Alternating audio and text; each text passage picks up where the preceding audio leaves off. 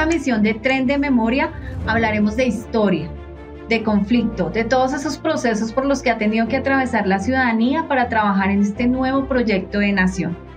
En esta emisión contamos con una entrevista muy especial a un historiador, politólogo, melómano. Él es Petrick Vaquero.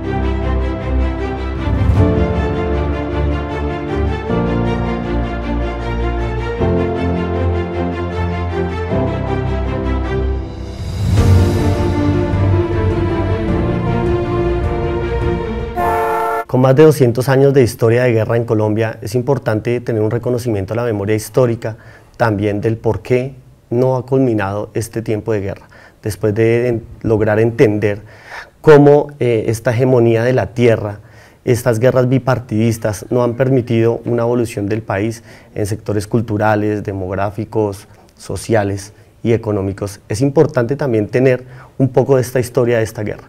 El día de hoy tenemos un invitado, a Petrick Vaquero, y él nos va a dar un poco de contexto sobre la guerra que ha vivido este país y el derramamiento de sangre. Petrick, ¿cómo estás? Quisiéramos saber un poco del recorrido que has tenido frente a tu accionar histórico y político y todo lo que has hecho para Colombia. Hola Juan Pablo, gracias por invitarme, un gusto estar aquí.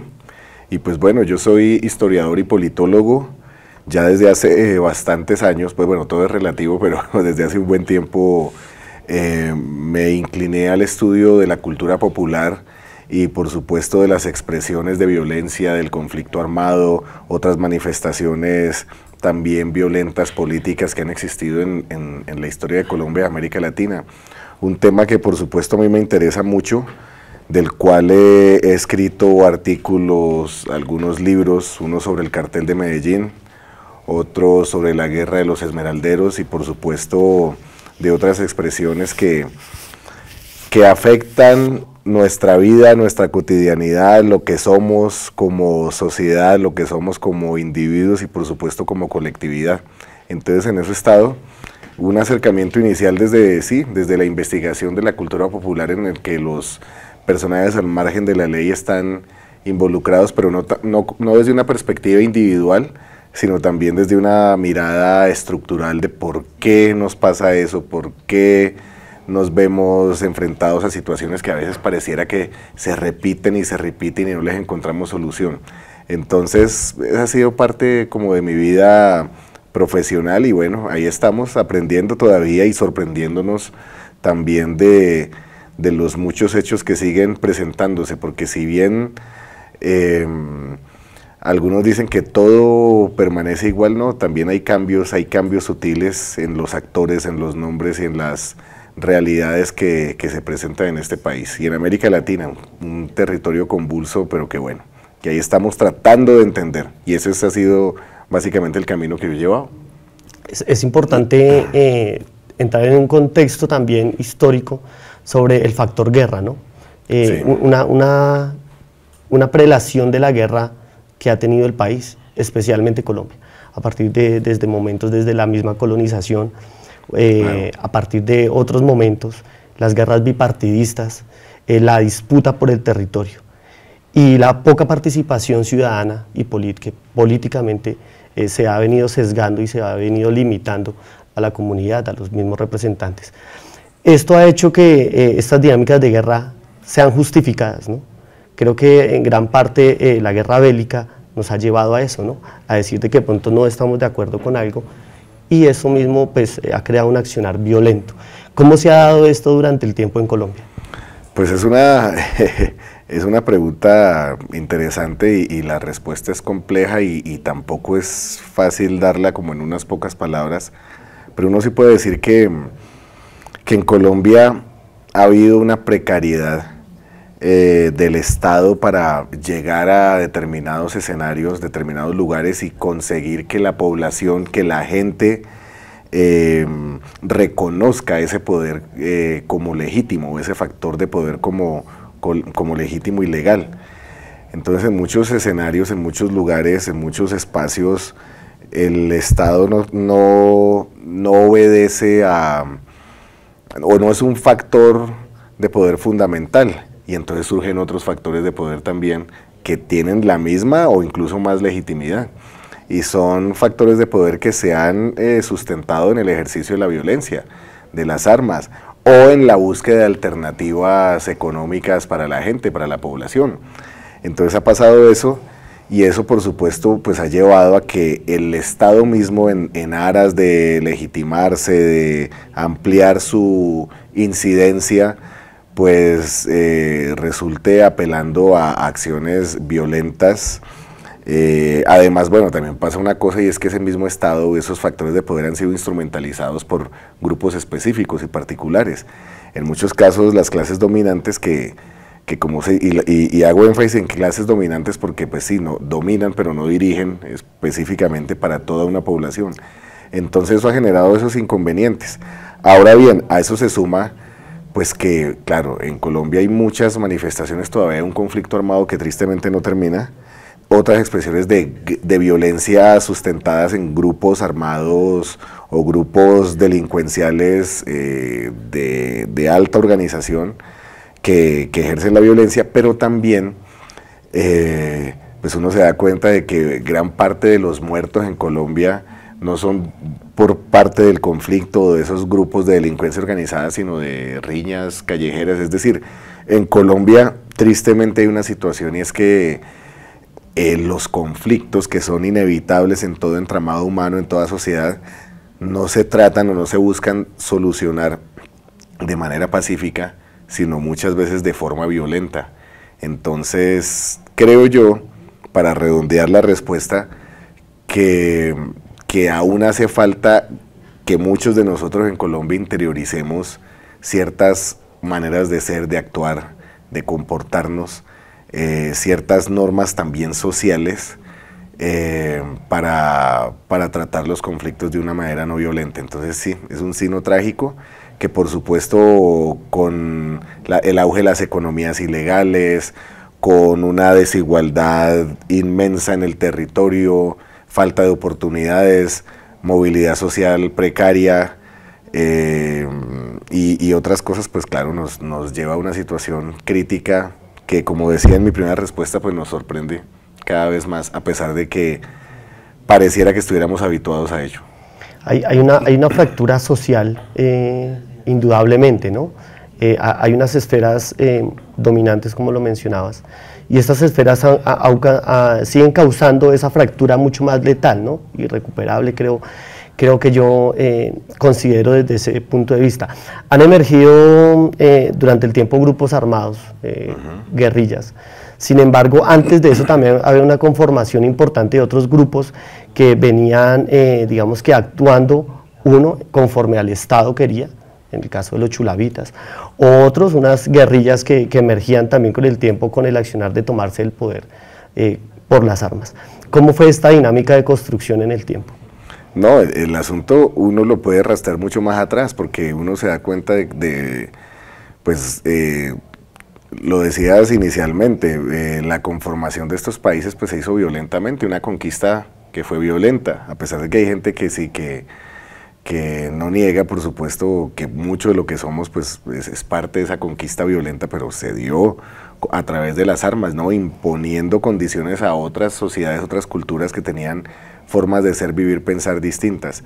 Entonces eso ya marca un punto de partida complicado, difícil, en el que la violencia jugó un papel fundamental. Y si bien, bueno, claro, uno puede decir, sí, la historia de la conformación de los estados modernos tiene mucho que ver con eso, aquí todavía no hemos superado muchas de esas cosas. En el siglo XIX, la gran cantidad de guerras civiles que se hizo entre los partidarios de los dos partidos políticos fue muy grande. Y no solo guerras a nivel nacional, sino también a nivel local, regional, eran muy grandes. El siglo XX arranca con la guerra de los 1000 días y pues bueno, el trauma que significó la separación de Panamá. Y así sucesivamente. Ha habido algunos momentos de cierta calma, pero en general ha sido momentos donde la violencia, donde el llegar a ciertos territorios, donde de pronto tener la desconfianza de que, bueno, ¿quién es el que manda aquí? ¿Cómo hay que comportarnos? Existe. Entonces, claro, nos vamos para atrás y eso hay infinidad de grupos que demuestran precisamente que la conformación del Estado y del orden establecido todavía es un proceso que no culmina y que infortunadamente todavía se da de manera violenta. Entonces, pues mencionas, por ejemplo, sí, los grupos de chulavitas que eran policías, es decir, eran paramilitares. Sí, bueno, paramilitares no, eran grupos armados legales al servicio de intereses particulares, en ese caso una facción radical del Partido Conservador, y que era respaldada ahora sí por paramilitares que eran los pájaros. Ahora está cumpliendo, pues está hablando de Cóndores no entierran todos los días, la novela de Gustavo Álvarez Gardiazabal que menciona la historia de León María Lozano el Cóndor, un paraco de la época. Y pues claro, también las insurrecciones, las rebeldías que se gestaron violentamente en los llanos orientales, en el sur del Tolima, que después devinieron ya con las otras incidencias e influencias que pasaban en el mundo con las guerrillas comunistas.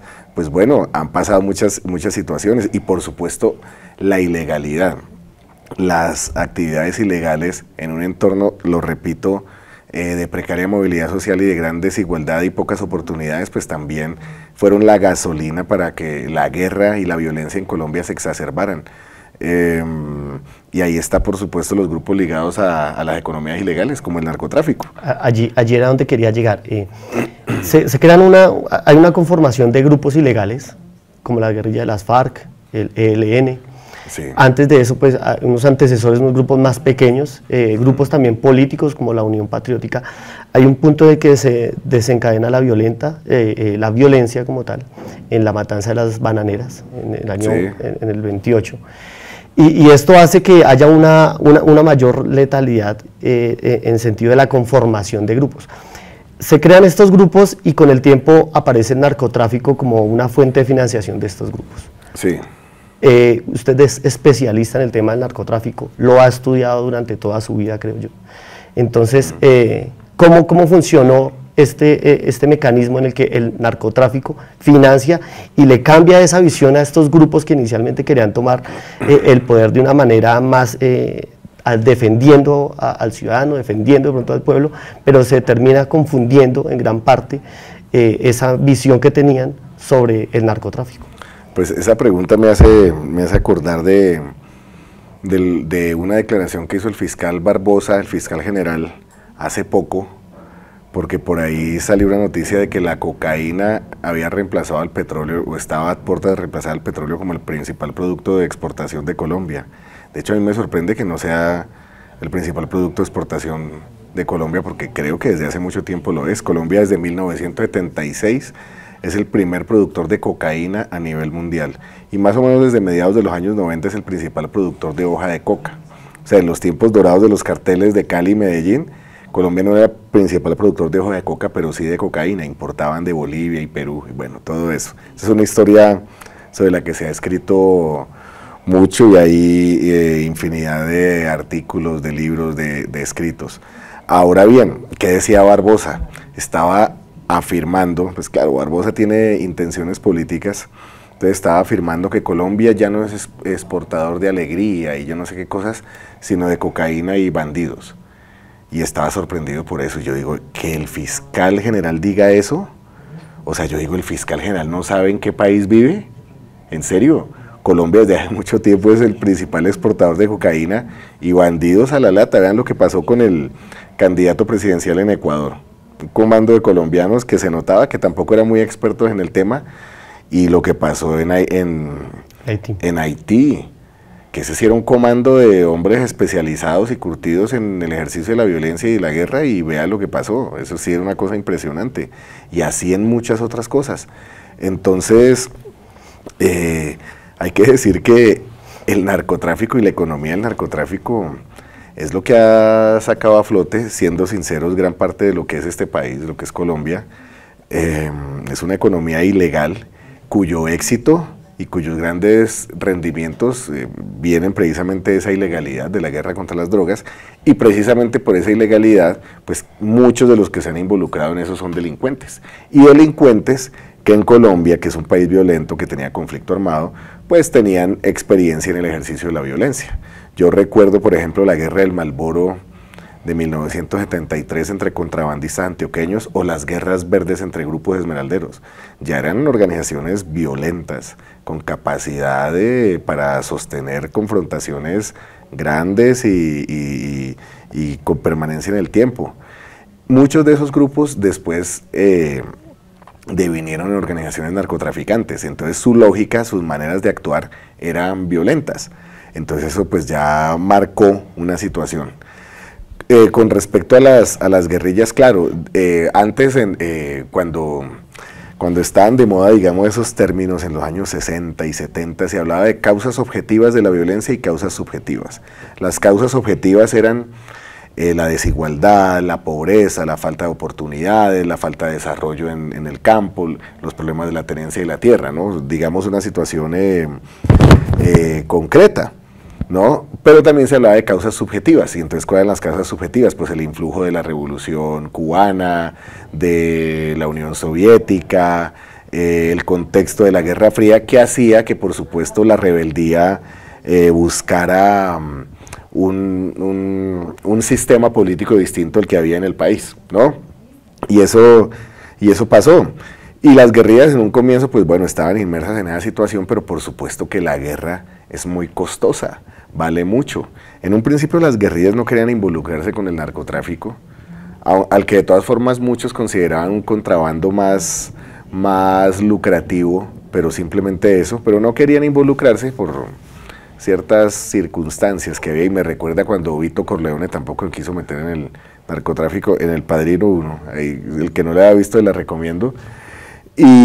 Pero claro, pero las dinámicas de la guerra, las necesidades de obtener rentas, recursos, pues obligó a que se metieran en eso. Como decía Antonio Caballero, el notable periodista y escritor colombiano, pues eso es lo que mueve la economía colombiana, y por supuesto que la guerra pues también se tiene que financiar, y se financia con el narcotráfico, que es lo que a uno le genera grandes cantidades de dinero. Un kilo de cocaína, de clorhidrato de cocaína en Colombia vale, póngale 5 millones de pesos, estoy más o menos, y eso viene siendo en dólares, que $1.500, ahí calculando ahí por encima, $1.500, y en Estados Unidos llegó a valer $40.000, y estos tipos no mandaban un kilo y no mandaban toneladas. La ruta favorita de Pablo Escobar, la Fanny, mandaba 12.000 kilos. El rancho de Rodríguez Gacha también mandaba 12.000 kilos, los paramilitares mandaban 30.000 kilos por barco. Entonces, pues claro, eso es una cosa impresionante. Pero ahora, y me estoy adelantando, estamos en una situación complicada, y es que no se está comprando coca en las zonas cocaleras de Colombia.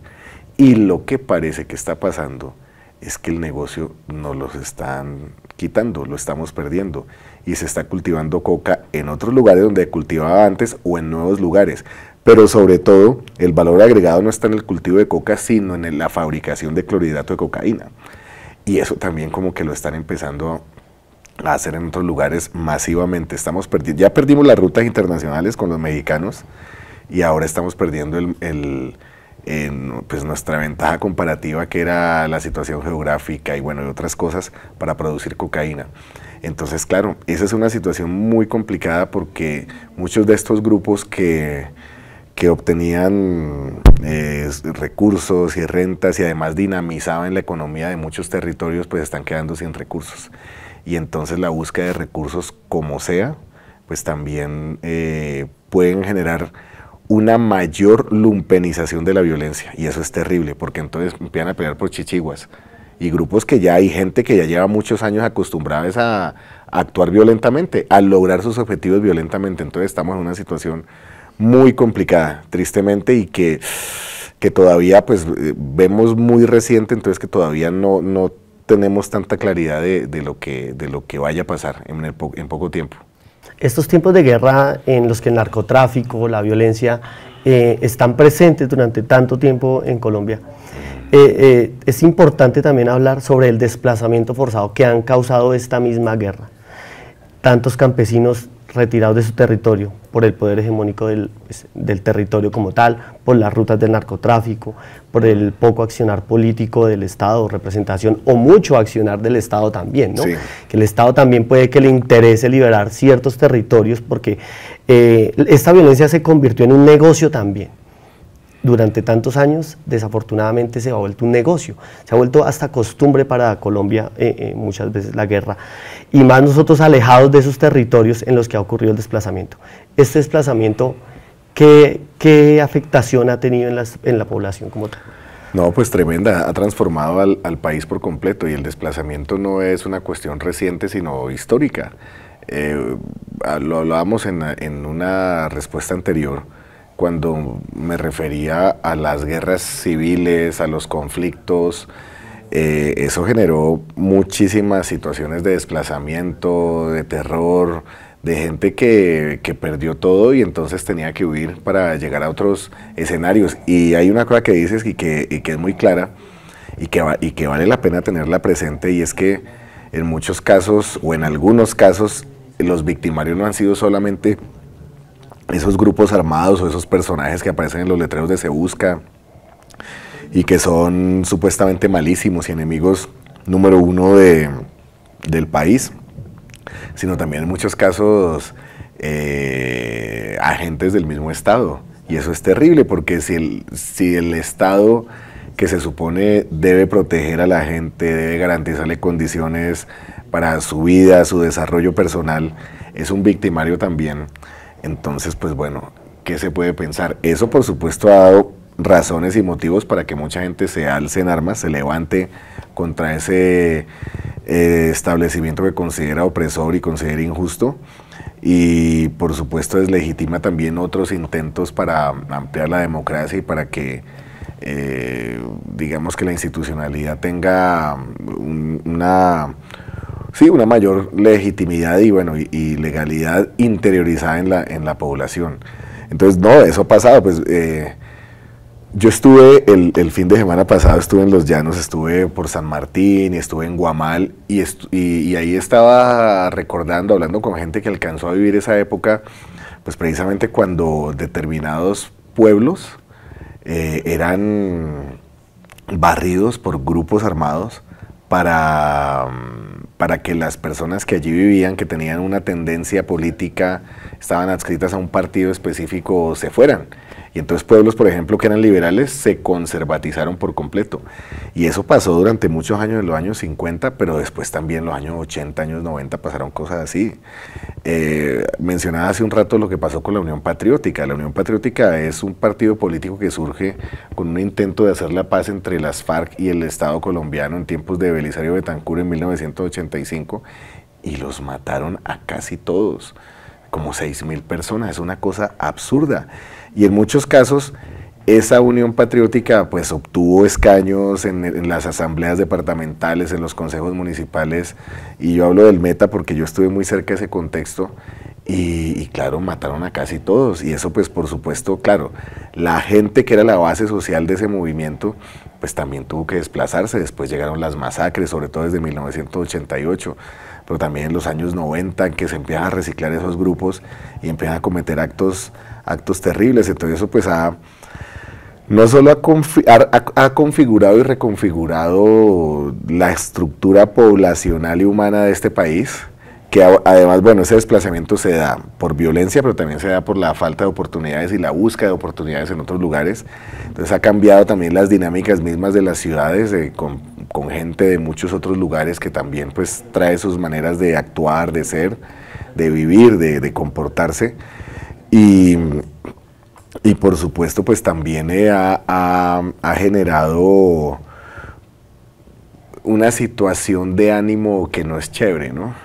A pesar de que Colombia se vende como el país más feliz del mundo, y a veces creo yo que uno automáticamente le pregunta que cómo está, bien, así uno esté mal y llevado y todo eso, sí, como que tenemos como una coraza como para decir que estamos bien.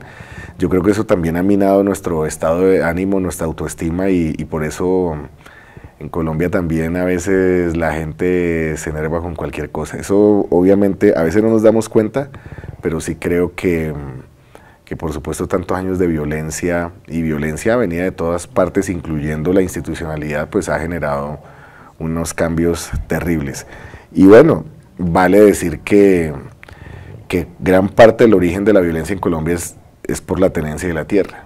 Mucha gente no tuvo acceso a tierra o se la quitaron, la desplazaron.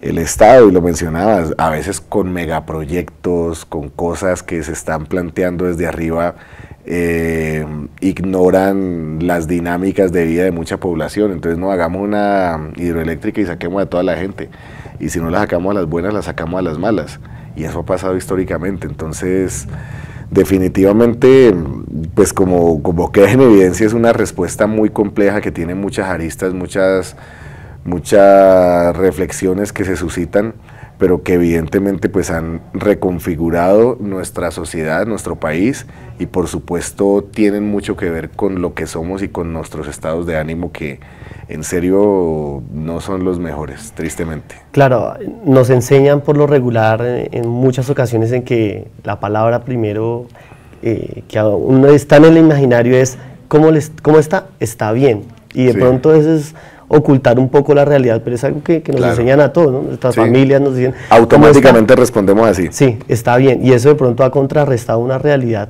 que ocurre, ¿no? Hay una falta de la presencia del Estado en el territorio colombiano, y no solo porque consideramos que la presencia del Estado es a nivel militar, hay una falta de presencia a nivel educación, a nivel salud, a nivel cultural, y pues obvio en el sentido a nivel militar. Claro, y por eso grupos armados copan esos espacios que debían haber sido del Estado, y eso es una cuestión que entonces genera dificultades por el reconocimiento y la legitimidad de ese orden establecido, o que se pretende establecer. Qué pena la interrupción. Una última pregunta.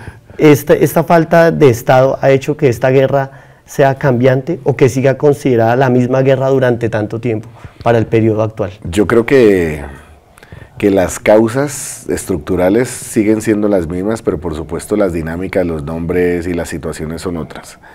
Lo decía hace un rato, obviamente el cambio que se está presentando en este momento, y yo lo diría desde hace un año, año y medio, no mucho más, en torno a la economía de la coca y todo este asunto de la cocaína, está generando unas transformaciones profundas en el país. Sí creo también que precisamente ese contexto de la guerra contra las drogas, en la que se persiguió a estas grandes organizaciones con capacidad violenta, pero grandes trayectorias también dentro de la delincuencia y la criminalidad, pues ha cambiado. Una cosa era Gilberto Rodríguez Orejuela, o don Diego, o don Berna, o Pablo Escobar, del que se cumplen ahora 30 años de su muerte, o Carlos Leder, o Rodríguez Gacha, o Fidel Castaño, o Carlos Castaño, y otras son los personajes que están ahora, en muchos casos que son herederos de ellos, pero que no tienen esa gran trayectoria en el mundo delincuencial, y eso ha generado de cierta manera una lumpenización también de las expresiones de violencia. No hay unas lógicas como a largo plazo, sino en el corto plazo, y son pequeños grupitos. Un tipo con 5 hombres armados ya es un factor de poder importante con el que hay que sentarse a dialogar y a negociar, y eso está siendo muy difícil. En este momento, claro, venimos de varios acuerdos de paz y varios procesos de desmovilización de grupos. Uno, bueno, los de los años 80, que creo yo fueron exitosos, y en ese contexto fueron exitosos, pero también el de los paramilitares de las AUC, que fue cuestionado por muchas cosas, y el de las FARC, que también fue cuestionado por otras cosas. Y pues tristemente lo que vemos es que, a pesar de que sí, que se desarman muchos hombres y muchas personas armadas, violentas, pues hay otros que se reciclan, que no creen en esos procesos, que vuelven a armarse, que vuelven a intentar manejar un discurso político, pero cuyos intereses en muchos casos son netamente económicos, pero pues tampoco uno puede decir esto es esto absolutamente y esto es esto absolutamente. Entonces es una situación muy difícil. Por ejemplo, de las FARC, uno podría decir que hay 3 grupos disidentes grandes, fuertes, y que están actuando violentamente y disputándose con otros grupos el control de las rentas en los territorios, que eso implica el control de las personas en los territorios. el ELN se ha expandido de manera impresionante y por supuesto todos estos reductos de los paramilitares y los grupos armados de los narcotraficantes, los machos, los rastrojos, los pachenca, los puntilleros, los caparrapos, el clan del Golfo, la oficina de Envigado, ahora llamada oficina del Valle de Aburrá. Entonces es un asunto difícil. Ahí, o sea, el gobierno, y yo lo aplaudí, yo escribí incluso un artículo en El Espectador sobre eso, hablando de la paz total. Yo decía que aquí en Colombia siempre se ha llegado a acuerdos por debajo de la mesa con grupos delincuenciales. Pablo Escobar para salir de la cárcel de la Catedral, con las AUC para dar de baja a Pablo Escobar, las AUC no, con los Pepes que después dieron origen a las AUC, con las mismas AUC por debajo de cuerda que ellos dicen que no les cumplieron, con algunos grupos esmeralderos para que dieran información contra Rodríguez Gacha y el cartel de Medellín, la denominada gobernabilidad en Medellín, bueno, muchas cosas, siempre, pero yo decía, la diferencia es que los acuerdos van a ser por encima de la mesa, la gente va a saber qué es lo que se está negociando, pero hemos visto que tristemente esos procesos de negociación están estancados, tienen muchas dificultades, o sea, se habla de cese al fuego, pero de pronto hay un atentado, una masacre o un secuestro, entonces sí, veo que la situación está muy complicada y bueno, yo soy optimista, yo apoyo todo este tipo de iniciativas por la paz, pero creo que todavía los funcionarios del gobierno y muchos de los analistas pues no tenemos claro qué es lo que uno puede esperar y de qué manera tratar de negociar y llegar a acuerdos con estos grupos. Entonces la situación es difícil y compleja, pero bueno, no perdamos el optimismo y no perdamos la alegría de que vamos a poder construir la paz no como un estado inamovible, inmanente, sino la paz como un proceso de construcción en el que los conflictos los podamos tratar de manera no violenta. Ojalá en algún momento Colombia llegue a ese nivel, pero estamos lejos de conseguirlo. Muchísimas gracias por habernos escuchado y nos vemos en la próxima emisión. Gracias. Adiós. Que estén bien.